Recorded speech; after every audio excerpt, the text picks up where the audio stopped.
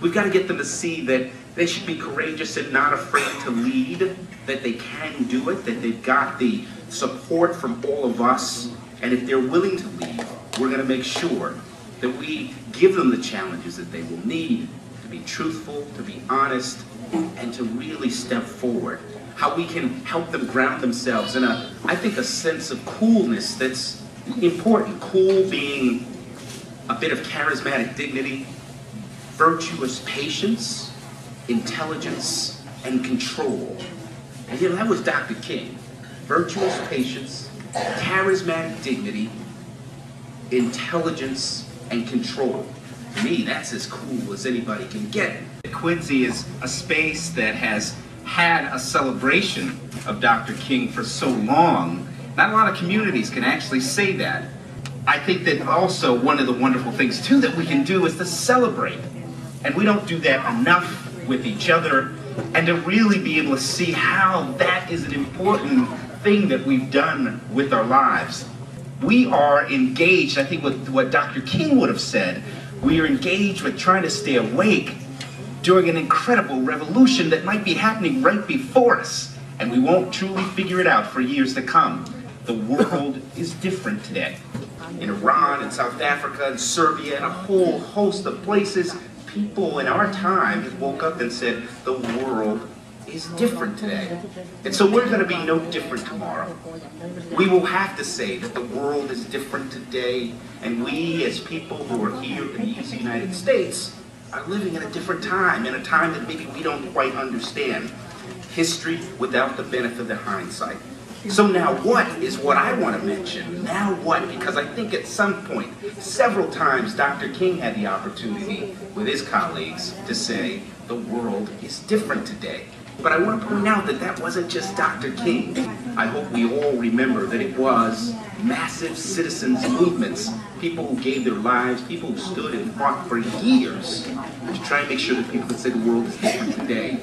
And so I hope that tomorrow, when 12 noon comes and Barack Obama and his family take a walk through Washington for the world to see, that we say, we're going to celebrate. We're going to come together as a group of people from all walks of life. We're going to celebrate this. We're going to be people who realize how wonderful it is that we live in a moment in time that many people got right up to the moment but never saw, fought forever and never saw. But we're going to have the pleasure of seeing this tomorrow. I hope that what we do is to say, okay, now what? That was good, but we have got to advance ourselves as human beings a lot further than that. And you know what I'm talking about. It's that citizens movement that has always been there. But what I say is, here is our job, and here is the job that I think Dr. King and others have been pushing us for a long time. We know that we've got to have this citizens movement. Barack Obama himself is wonderful, but I'm not sure that tackling things like poverty or dealing with real vestiges of human rights that are still lingering out there, or dealing with things like healthcare that we know are very important to people's well-being, the way that we look at each other as individuals, he can't do that by himself. And what's more, there's got to be that generation that we've got to cultivate beyond January 20th. We have to teach a lot of people how to have a constant vision for themselves that includes them being great, like Barack Obama, like Martin Luther King. And what's more, we can't let the Kings of the world, the Gandhis of the world, we can't let their messages fall into history. These have to be messages that are certainly alive, and we've got to find ways to do that. Our movement is one that needs to capitalize on some of the things that I think have always been important. I had a chance recently to go to Birmingham and to meet with a number of people who, when they were students, some of them in grade school, were engaged in civil rights struggles in Birmingham.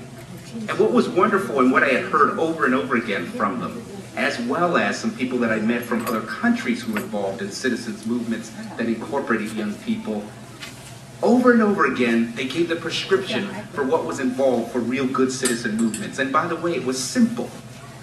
That people needed to meet each other and meet up with each other, to come together with each other. And when they came together, they needed music, and they always had music, interestingly. And they said the most important thing that they needed once they got together, once they had the good music that pulled them together and kept them together for some common sense of what they were doing, they needed someone to step up to give them a sense of purpose.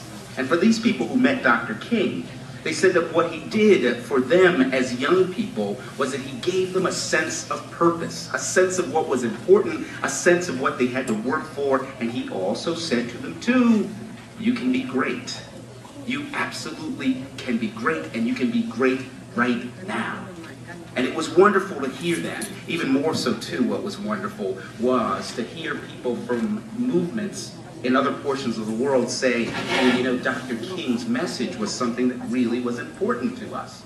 So what we've got to do is to think about the music. We've got to think about the way we can get our young folks to meet up, and what's more, how we can help them think about a sense of purpose. We've got to get them to see that they should be courageous and not afraid to lead, that they can do it, that they've got the support from all of us, and if they're willing to lead, we're going to make sure that we give them the challenges that they will need to be truthful, to be honest, and to really step forward. How we can help them ground themselves in I think, a sense of coolness that's important. Cool being a bit of charismatic dignity, virtuous patience, intelligence, and control. And you know, that was Dr. King. Virtuous patience, charismatic dignity, intelligence, and control. To me, that's as cool as anybody can get. And that's the kind of cool that we've got to ask our young people to move forward. What's more, we always need to make sure that they understand that even though a man named Barack Obama will take the position tomorrow, he takes it with incredible challenges that are still happening, not only in this country, but throughout the world, and that we've got to acknowledge that and make sure that we can still move forward to try and fix those things. Let's dare to say that poverty is something we fix in our lifetimes. Let's dare to say that health care for people is a human rights issue that we can dare to deal with. Let's dare to say that we can look at each other as individuals, and let's dare to say that we can get a prescription where maybe we don't have to solve conflicts with other nations, like picking up arms against them. All things that are doable, all things that are possible, and the kinds of things that I think our young folks are interested in seeing how we can do that. So let's try with this King Day, and let's try, starting tomorrow afternoon, to make sure that we've got more ways that we can come together and celebrate, more ways that we can push courage with our young people, more ways that we can say to them to believe in themselves, more ways to tell them to be gracious, more ways that we can say be courageous, to have a purpose, and to make sure that they get out there and lead. We need to make sure we celebrate this moment. And even more so, let's help put it into some context, help make sense of it, and let's hold tight, because we've got a lot of great things that I think are about to happen. Thank you for having me, and congratulations.